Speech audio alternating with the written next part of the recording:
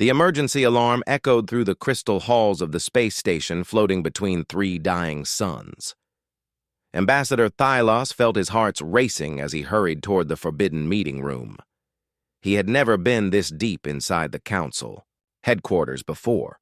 Most beings were not allowed here. The room was dark except for the blue glow from holographic screens. 12 different species sat around the curved table, each one looking more worried than the last. Thylos recognized the tall, thin figure of High Arbiter Veloth from the news broadcasts. Her 6 eyes reflected the data floating in front of them. "The humans have done it," Veloth announced to the group. Her voice carried the weight of 3,000 years of fear. "They have broken through the light barrier. Our monitoring stations confirm it. The ship called Endeavor 2 is now traveling faster than light." A shiver ran through every being in the room. The Catherian delegate's metal shell clicked nervously. "How long before they reach our space?" "Maybe 50 years, Veloth replied. "Perhaps less if they keep improving this fast." Thylos had heard rumors about humans for most of his adult life. Every child in the galaxy knew the old stories. They were told as scary tales to make young ones behave. But sitting in this room, surrounded by the most powerful beings in known space, Thylos realized the stories were real. "The dreams are getting worse," said Dr. Ixon, the galaxy's top mind expert. Her crystal body made tiny musical sounds when she moved. "Every species is reporting the same thing. The nightmares about humans are happening more often." Thylos knew these dreams well. Every intelligent being in the galaxy had them. While most species dreamed of natural dangers like storms or predators from their home worlds, there was one dream that every species shared. They all dreamed of humans. In these dreams, tall, pale creatures with forward-facing eyes hunted through the darkness. They moved with a grace that spoke of millions of years of chasing prey. They never stopped running. They never gave up. They followed their targets across vast distances until their prey collapsed from pure exhaustion. "What makes them so different from us?" asked the Altarian delegate. Her voice sounded like wind chimes in a gentle breeze. Veloth touched a control and new images appeared in the air. "Every other smart species we know came from prey animals or pack hunters. Humans are the only ones who developed from what their scientists call persistence predators. They evolved to chase their food across huge distances until it died from tiredness." The room fell silent. Everyone understood what this meant. Humans were not just physically built for never giving up. Their minds, their culture, their entire way of thinking was based on the idea of never stopping until they got what they wanted. "We have kept them locked in their solar system for 3,000 years, Thylos said, though his voice shook. "Surely, we can keep doing this for a few more centuries." "No." Veloth's answer was final. "Our scientists have been watching them closely. Something strange is happening to humans. They are not just building better machines. They are becoming better humans, stronger, smarter, more able to adapt to anything." She paused to let her words sink in. "The dreams we all have are not random fears. They are warnings built into our genes by our ancestors. Our ancient relatives are telling us that humans represent something the galaxy has never seen before." For 3,000 years, the Galactic Council had maintained what they called the Great Quarantine around Earth. Humans had no idea that thousands of different species lived among the stars. Every radio signal from Earth was redirected. Every telescope that might have spotted alien ships was made to malfunction at just the right moment. Cloaked observation posts surrounded their solar system, watching and waiting. The watchers had good reason to be careful. The dreams that haunted every species told the same story. Humans were not like other intelligent life. They were hunters who never stopped hunting. They were pursuers who never stopped pursuing. They were a species that would chase their goals across the entire galaxy if necessary. "Our psychologists have studied this for centuries," Dr. Ixon continued. "Every other species we know developed intelligence as a way to hide better, work together better, or avoid danger better. Humans developed intelligence to become better at chasing things that did not want to be caught. Thylos felt cold, despite the warm air in the meeting room. Are you saying they will hunt us? We are saying they will hunt something, Veloth replied. The question is what they will choose to chase when they discover they are not alone in the universe. The holographic displays showed images of Earth taken by hidden cameras. Humans working together to solve impossible problems. Humans pushing themselves to physical limits that would kill most other species. Humans who refused to accept that anything was truly impossible. They never stop, whispered the Catherian delegate. In all our observations, when humans decide they want something, they never stop trying to get it. That is what makes them dangerous, Veloth agreed, but it might also be what makes them valuable. No other species in the galaxy has ever solved problems the way humans do. When we encounter something difficult, we work around it or learn to live with it. When humans encounter something difficult, they attack it directly until they break it or it breaks them. The weight of the decision ahead pressed down on everyone in the room. For 3 millennia, they had successfully kept humanity contained within their own solar system. But that time was ending. Soon humans would spread out among the stars, whether the galaxy wanted them to or not. The nightmares are trying to tell us something, Dr. Ixon said quietly. Our ancestors survived something terrible, something that chased them across the galaxy until they found ways to hide or escape. Now their descendants are about to discover us. Thylos looked around the room at representatives from species that had lived in peace for thousands of years. They had built a civilization based on cooperation and mutual respect. They had ended war, eliminated poverty, and created a galaxy-wide community where every being could live safely. And now the hunters were coming home. What do we do? Thylos asked. Veloth's 6 eyes reflected the fear that everyone felt. We prepare for first contact, and we hope that 3,000 years of separation have changed what humans are. But deep in the hidden part of every alien mind, ancient genetic memories whispered a different message. The hunters were returning. And this time, there would be nowhere left to run. The coffee had gone cold hours ago, but Robert Hayes kept drinking it anyway. He stared at the sensor readings on his screen, trying to make sense of what his instruments were telling him. According to every device on the exploration ship Endeavour, 2, there were 17 massive objects hiding in the empty space ahead of them. Lisa, are you seeing what I'm seeing? He called to his first officer, who was bent over her own console like she was trying to solve the greatest puzzle in human history. Lisa Barnes looked up with eyes that reflected the same mix of excitement and worry that Hayes felt. Confirmed, Robert. Multiple vessels, different designs. They're trying to stay hidden, but our new quantum sensors are picking up their gravity signatures. Hayes rubbed his tired eyes. 3 months ago, humanity had achieved faster-than-light travel. Now, on their first journey beyond the solar system, they had discovered they were not alone in the universe. They're really there, aren't they?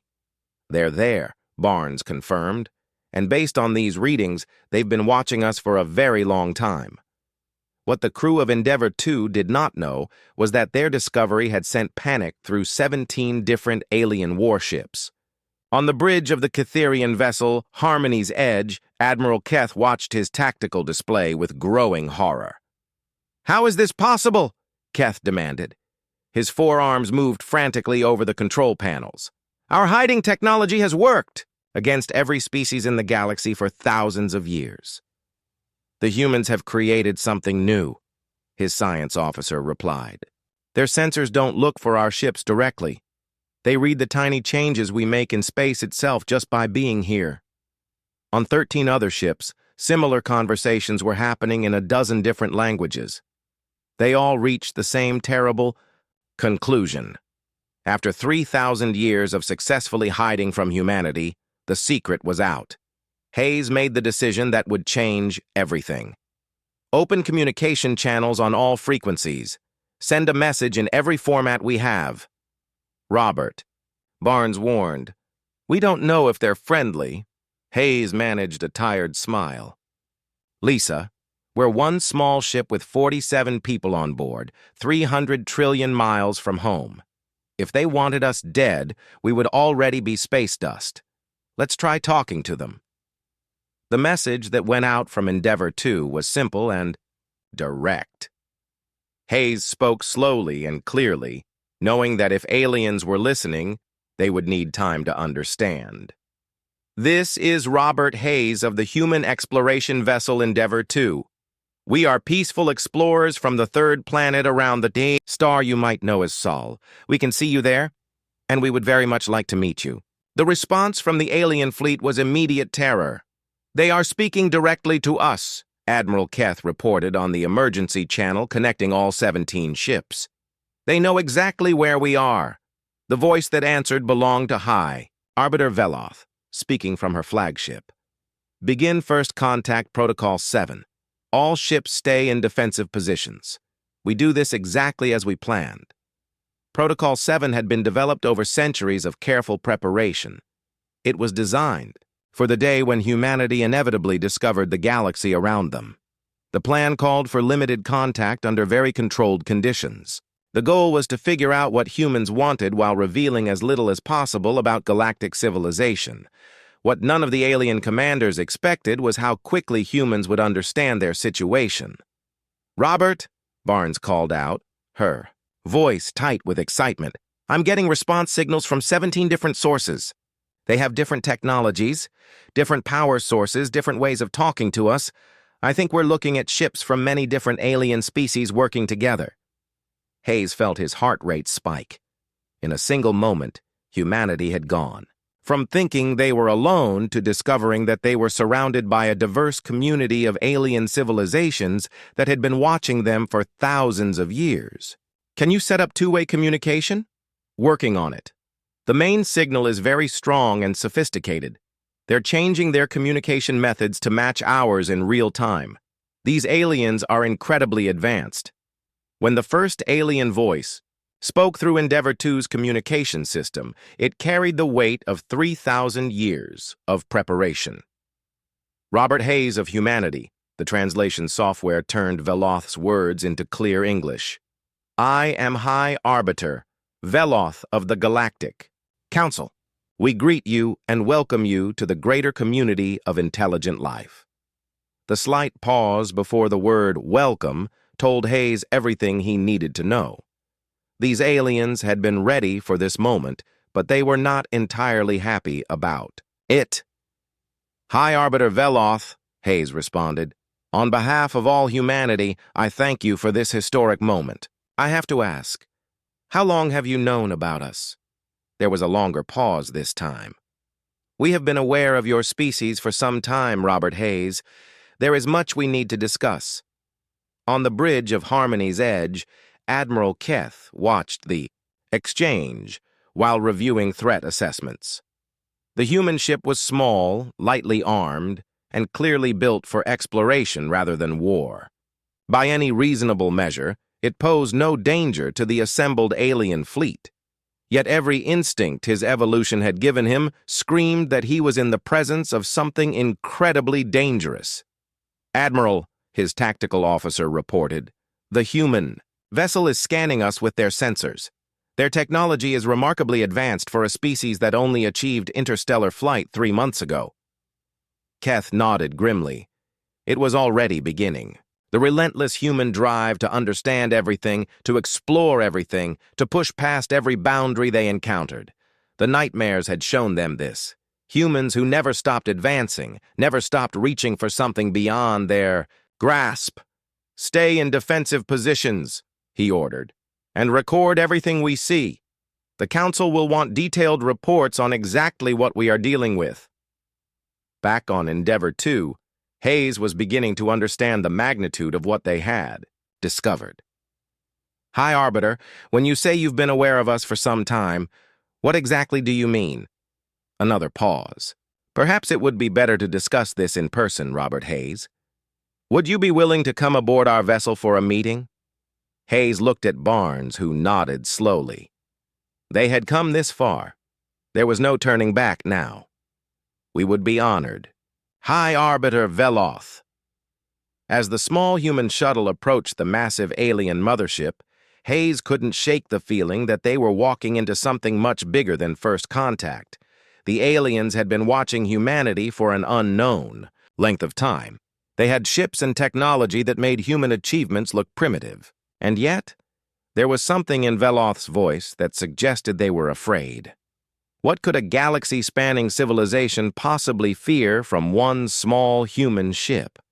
Hayes was about to find out, and the answer would change everything he thought he knew about humanity's place in the universe. The truth was waiting for him aboard the alien vessel, and it was more terrifying than anything he could have imagined. The hunters had returned to a galaxy that remembered them well. The meeting room aboard the alien mothership was unlike anything Robert Hayes had ever seen. The walls seemed to be made of living crystal that pulsed with soft light. The air tasted different, cleaner somehow, with a slight electric tingle that made his skin feel more sensitive. Around the curved table sat beings that looked like they had stepped out of humanity's wildest science fiction dreams. High Arbiter Veloth was even more impressive in person. Her 6 eyes moved independently of each other, constantly scanning the room. Her skin had a blue-gray tint that shifted colors as she moved. When she spoke, her voice came from a small device attached to her throat, translating her thoughts into perfect English. "Robert Hayes," she began, "what I am about to tell you will be difficult to understand and even harder to accept." Hayes sat across from her, trying to look calm despite the fact that his heart was beating so fast he was sure everyone in the room could hear it. "I'm listening, High Arbiter. Every intelligent species in the galaxy experiences what you call nightmares during sleep. These dreams serve as warnings about dangers that might threaten survival. For 3,000 years, every species we have studied dreams of the same thing. We dream of your people." The words hit Hayes like a physical blow. "I'm sorry, what did you say?"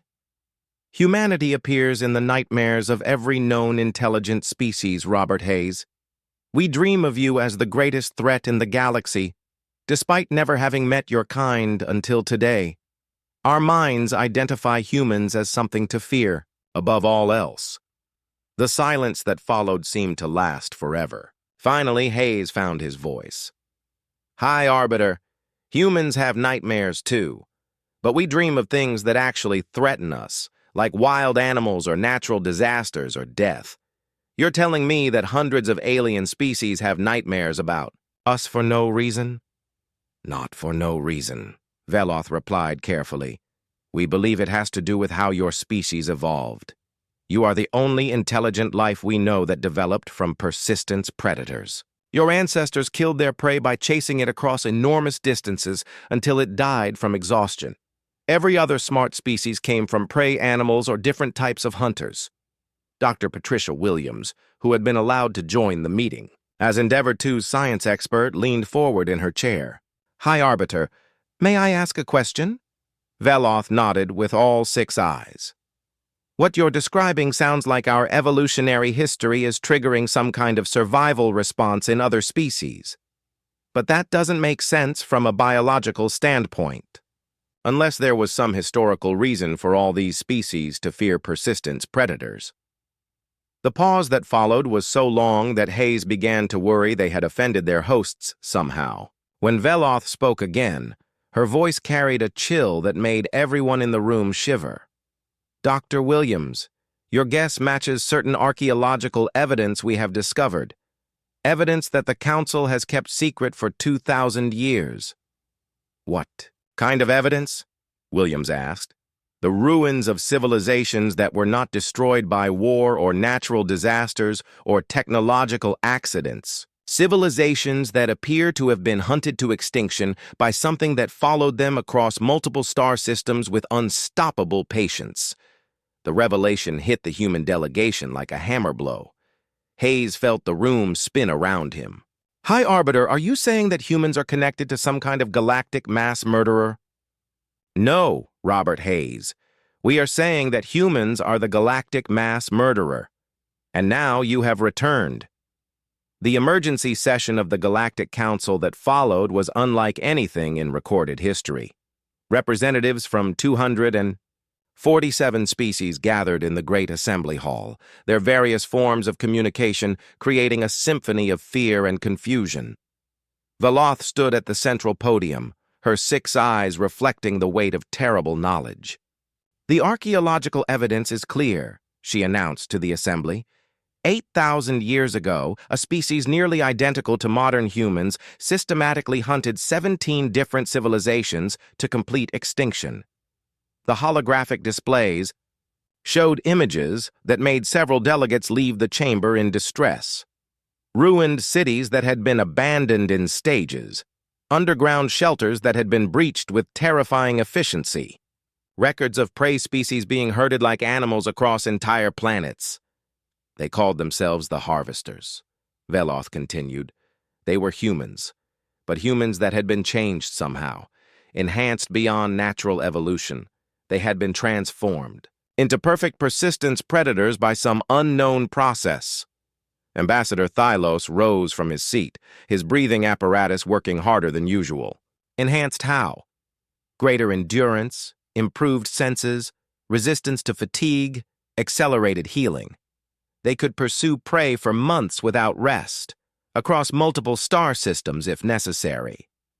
And they were intelligent, perhaps more intelligent than baseline humans. The historical records painted a picture of systematic horror. The Harvesters had not conquered worlds for resources or territory. They had hunted other intelligent species for the pure psychological satisfaction of the chase. They were predators who had turned the galaxy into their personal hunting ground. What happened to them? Asked Dr. Ixon, her crystal body resonating with harmonic fear. They hunted themselves out of prey, Veloth replied. After 3 centuries of systematic predation, they had eliminated or driven away every intelligent species in their hunting territory. With nothing left to chase, they turned on each other. The final images showed the Harvesters' civil war, a conflict that had raged across multiple systems as enhanced humans hunted other enhanced humans with the same relentless persistence they had once brought to alien prey. In the end, they had destroyed themselves completely, leaving behind only ruins and genetic trauma embedded in the few survivors who had watched from hiding. The galaxy has been at peace for 8,000 years, Veloth continued. We learned to cooperate, to share resources, to solve conflicts through discussion rather than violence. We built a civilization based on mutual support rather than competition. Hayes stood up slowly, feeling the weight of 247 species' attention focused on him. Hi, Arbiter. I understand your fears. But we are not the Harvesters. Modern humans are not enhanced. We don't hunt other intelligent species. Don't you? The question came from Dr. Ixon. Robert Hayes, in the 3 days since first contact, your species has demanded access to our technology, our star charts, our cultural databases, and our genetic libraries. You have proposed 14 different research partnerships, 6 trade agreements, and requested permission to establish permanent human colonies in council space. You have never stopped pushing forward, never accepted any limitation we have tried to establish. Hayes felt the truth of it hit him like cold water. We're explorers, not hunters. Are you? Ixon's crystal harmonics took on a sharp edge. Or are you simply hunting something different now? Knowledge, territory, advancement. The biological drive remains the same. Pursue, persist, never give. Up. The debate that followed lasted for hours. Some species called for immediate action against humanity before they could spread beyond their solar system. Others argued for continued quarantine. A few voices suggested that perhaps modern humans were different from their ancient relatives. But as reports continued to arrive from the monitoring stations around Earth, one thing became increasingly clear. Humans were exactly as persistent as the nightmares suggested. In just 3 days, they had gone from discovering alien life to demanding detailed information about galactic civilization, proposing research partnerships, and planning interstellar colonies. They never stopped pushing forward. They never accepted limitations. They never gave up on getting what they wanted, and that, more than any weapon or technology, was what terrified a galaxy full of species that had evolved from prey animals. The ancient nightmares had not been random, fears about some distant threat. They had been preparing the galaxy for humanity's return. Now the question was whether 8,000 years of separate evolution had been enough to change what humans fundamentally were, or whether the galaxy was about to become a hunting ground once again. The dead world of Kepler 442b hung in space like a monument to something terrible. Dr. Patricia Williams pressed her face against the shuttle window as they descended through the thin atmosphere, staring at the ruins that stretched from horizon to horizon. Cities that had once housed millions lay broken and empty, but not from war or natural disaster. Something else had done this. The Althan civilization lived here for over 10,000 years, Dr. Ixon explained as their shuttle touched down on the landing pad. Her crystal body reflected the dim light of the dying sun overhead. They were master engineers, builders of wonders that lasted for millennia. They should have been able to defend themselves against anything. Williams stepped out onto the planet's surface, her boots crunching on debris that had been weathering. For 8,000 years, Robert Hayes walked beside her, both of them part of the archaeological expedition that the Galactic Council had finally agreed to let humans observe. But they couldn't defend themselves against the harvesters, Williams said. It was not a question. No, Dr. Ixon replied simply. Nothing could. The team made their way through the ruins of what had once been the Althan capital city. Williams ran her scanner over the abandoned buildings, reading the story written in empty structures and broken infrastructure. The pattern was clear once. You knew what to look for. They didn't all leave at once, she observed. The city was abandoned in stages, section by section, moving from the outside in. The Althan were being herded, Dr. Ixon confirmed. Something was driving them toward the center of their city, cutting off escape routes systematically, forcing them deeper underground. Hayes examined the massive blast doors that had once sealed the underground complexes.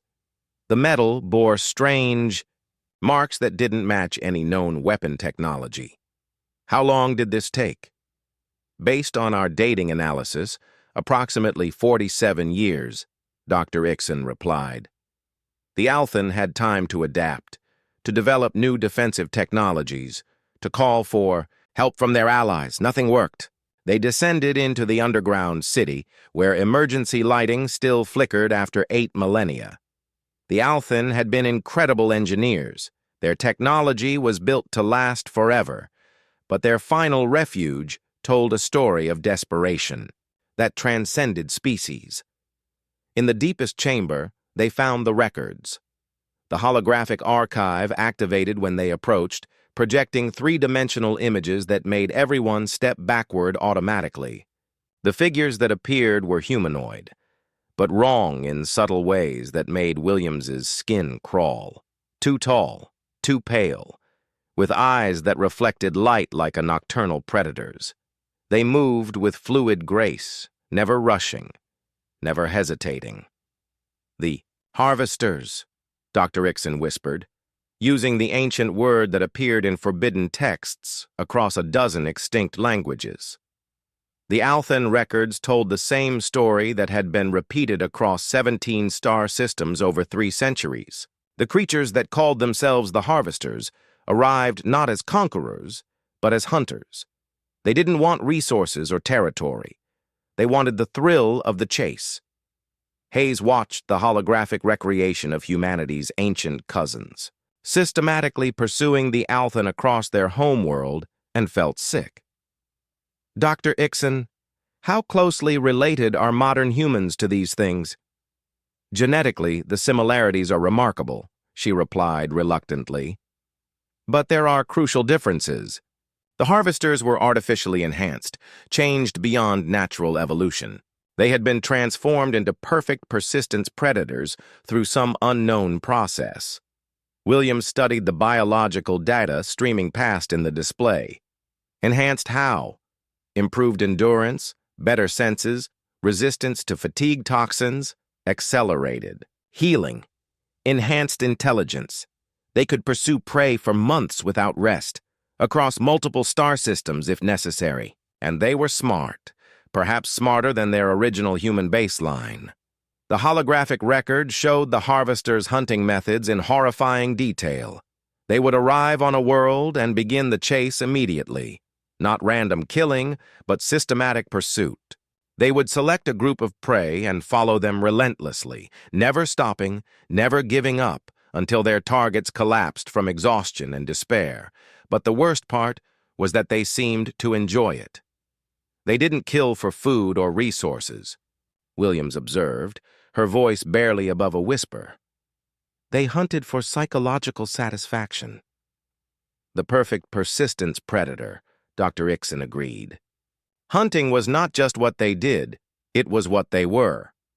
The final Althan record showed their species' last desperate attempt at survival. Unable to escape or fight the harvesters effectively, they had made an unthinkable choice. The entire Althan civilization had activated a planet-wide quantum cascade that poisoned their world's atmosphere rather than allow the hunt to continue. They committed species suicide rather than be caught, Hayes said quietly.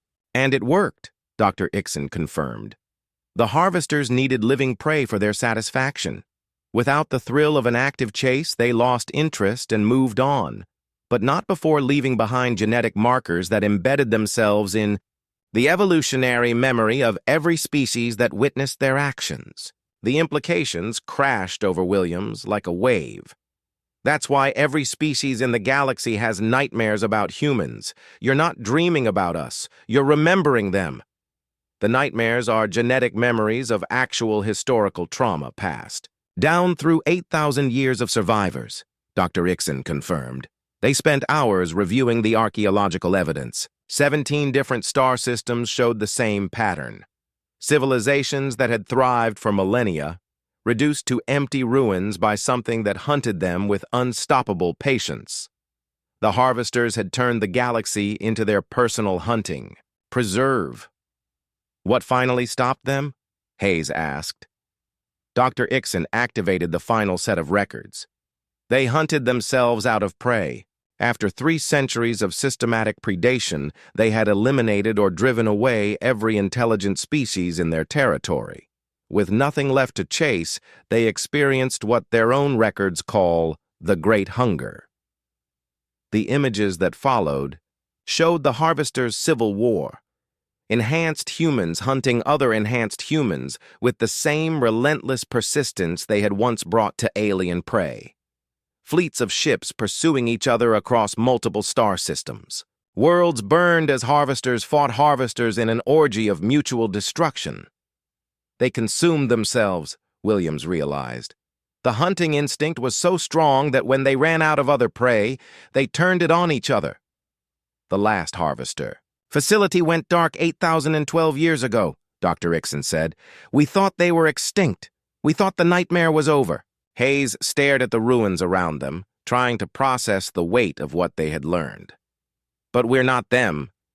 Modern humans aren't enhanced. We don't hunt other intelligent species. Don't you? Dr. Ixon's question echoed in the ancient chamber. Robert Hayes, your species has been in contact with galactic civilization for exactly 4 days.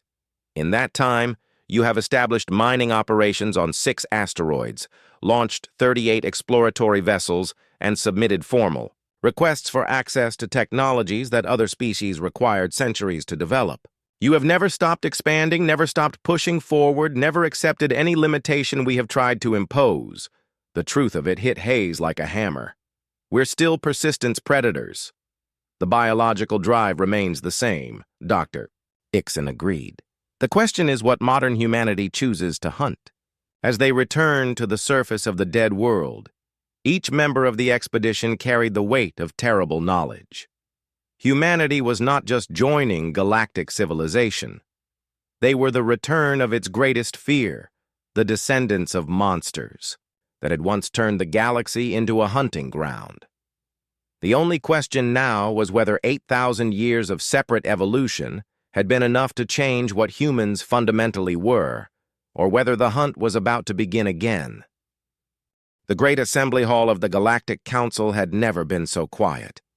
247 different species sat in perfect silence, their attention focused on the single human standing at the center of the chamber. Robert Hayes felt the weight of every eye, sensor, and detection device in the room, studying his every movement. 3 weeks had passed since the revelation on Kepler 442b. 3 weeks during which the galaxy had held its breath, waiting to see what humanity would choose to become now that they knew the truth about themselves. High Arbiter Veloth rose from her position at the council podium. Her 6 eyes reflected the ambient light of the chamber as she spoke. We gather today to determine the future relationship between humanity and the Galactic Council. Robert Hayes, you have requested to address this assembly. Hayes nodded and walked to the speaking platform. Behind him, holographic displays showed real-time images from human space, Earth's governments working frantically to process first contact. Construction yards building new ships at an unprecedented pace, research facilities analyzing alien technology around the clock. Honored delegates, Hayes began, his voice carrying clearly through the chamber's translation systems. I stand before you as a representative of a species that has learned terrible truths about itself. We are the descendants of the harvesters, the children of monsters that once hunted your ancestors across the stars. I cannot change that history, and I will. Not pretend it doesn't matter. A wave of nervous sounds rippled through the assembly. Clicks, whistles, harmonic tones, and mechanical translations created a symphony of anxiety. Hayes waited for it to quiet before continuing. But I can tell you what humanity has become in the 8,000 years since our ancestors destroyed themselves. We are still persistence predators. That much is true. But we no longer hunt prey. We hunt knowledge. We hunt understanding. We hunt solutions to problems that seem impossible to solve. He activated his own holographic display, showing images from Earth's history. We hunted diseases across centuries, until we eliminated smallpox, polio, and plague from our world. We hunted the secrets of the atom until we could harness the power of stars. We hunted the mysteries of our own planet until we mapped every ocean floor and identified every living species. Ambassador Thylos shifted uncomfortably in his environmental suit. Robert Hayes, your words are reassuring, but the evidence suggests otherwise. In 3 weeks, humanity has established mining operations on 12 asteroids, launched 67 exploratory vessels, and demanded access to technologies that other species required centuries to develop. This appears to be the same relentless expansion that characterized the harvesters. Hayes nodded grimly. You're absolutely right, Ambassador. We are expanding, and we are persistent, and we will never stop pushing forward. That's what we are. But the question isn't whether we'll hunt. The question is what we choose to hunt.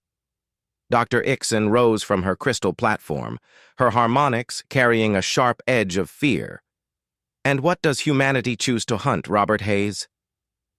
Problems, Hayes replied simply. Look at your council archives for the past 8,000 years. How many challenges have remained unsolved because they seemed impossible? How many species have you lost to diseases you couldn't cure, natural disasters you couldn't prevent, or technological barriers you couldn't overcome? The chamber fell silent as the implications began to sink in. Hayes continued, his voice gaining strength. The Cytherian home system star is showing signs of instability.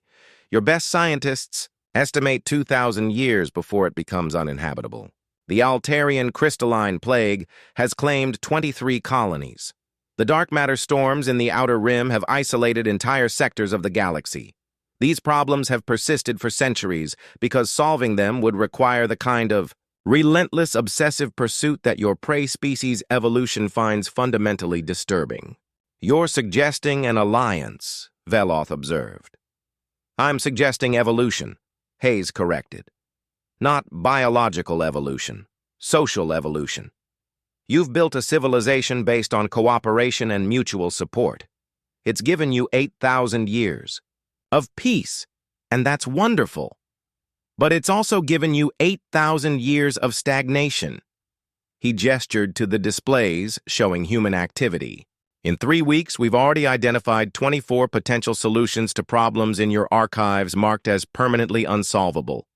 We've developed new approaches to faster-than-light travel, proposed innovative methods for stellar engineering, and created preliminary designs for quantum medical devices that could revolutionize healthcare across multiple species." The response was immediate and mixed. Some delegates leaned forward with obvious interest, while others recoiled in visible fear. "Robert Hayes," Ambassador Thylos said carefully, "what guarantee can you give us that humanity won't simply return to its ancient patterns? That this drive to solve problems won't become a drive to hunt people again?" Hayes had been waiting for this question. "Because we've learned something that the harvesters never did. We've learned that the best prey is the kind that fights back intelligently." The confused sounds that rippled through the chamber prompted him to explain further. "Every problem we've solved, every mystery we've unraveled, every challenge we've overcome has made us stronger, smarter, more capable. But problems don't run away. They don't hide in fear. They don't suffer when we catch them. They fight back, with physics and chemistry and biology and mathematics. They give us the kind of resistance that makes the hunt worthwhile, but they don't feel pain when we defeat them." Dr. Williams, who had been granted permission to observe the proceedings, activated her communication link. "If I may add something, Robert?" Hayes nodded, and Williams addressed the assembly. "Honored delegates, I've been studying the psychological profiles of both the ancient harvesters and modern humanity. The key difference isn't in our drive to pursue. It's in what satisfies that drive. The harvesters needed to cause fear and suffering to feel fulfilled. Modern humans get the same satisfaction from understanding and achievement. We receive the same brain rewards from solving a complex mathematical equation that our ancestors got from successful hunts." High Arbiter Veloth considered this carefully. "Dr. Williams, are you suggesting that humanity has essentially tamed its own predatory instincts?" "I'm suggesting that we've redirected them toward targets that benefit everyone rather than harm anyone." The debate that followed lasted 22 hours. Species after species voiced their concerns, their fears, their hopes. Some called for continued quarantine.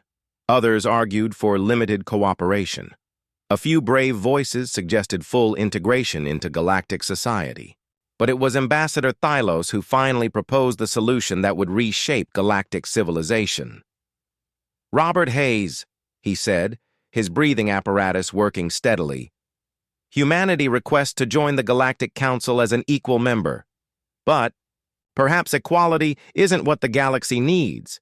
Perhaps what we need is a new category of membership, a hunter-partner species bound by sacred oath to direct their predatory drives exclusively toward problems that threaten the common good of all." The proposal was elegant in its simplicity. Humanity would be granted full access to galactic civilization, technology, and resources. In exchange, they would swear binding oaths to use their persistence hunting instincts only against diseases, natural disasters, technological barriers, and other challenges that plague the galaxy. They would become civilization's immune system, the predators that hunted problems instead of people. "We would establish joint research facilities," Thylos continued. "Human persistence combined with alien knowledge. Your species would tackle the impossible problems that our psychology prevents us from pursuing with sufficient determination. In return, we would provide the resources and support structure that would allow you to hunt on a galactic scale. Hayes felt a smile spreading across his face. Ambassador Thylos, you're offering to turn the entire galaxy into humanity's hunting ground. Exactly, Thylos replied. But instead of hunting people, you would hunt the things that threaten all people. The vote took 3 days to complete. Representatives had to return to their home worlds to consult with their governments. Ancient fears warred with desperate hope. The galaxy had lived with unsolved problems for millennia because no species had the psychological makeup to pursue solutions with truly relentless determination. When the final tally was announced, 228 species voted in favor of the hunter-partner proposal. 19 voted for continued quarantine. No species voted to reject humanity entirely.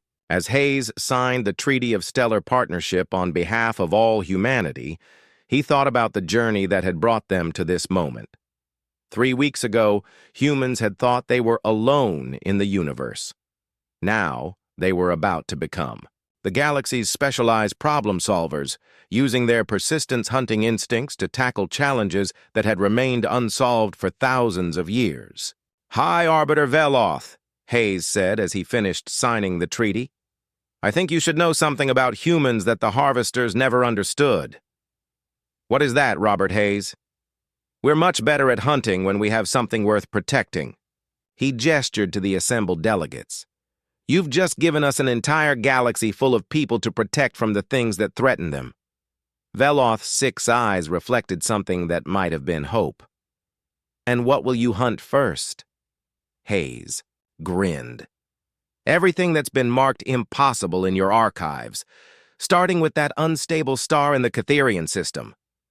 6 months later, the first joint human galactic research station began operations in orbit around the dying star. Human persistence met alien knowledge, and together they began working on solutions that neither could have achieved alone. The hunt had indeed begun again, but this time, the prey was worthy of the predator.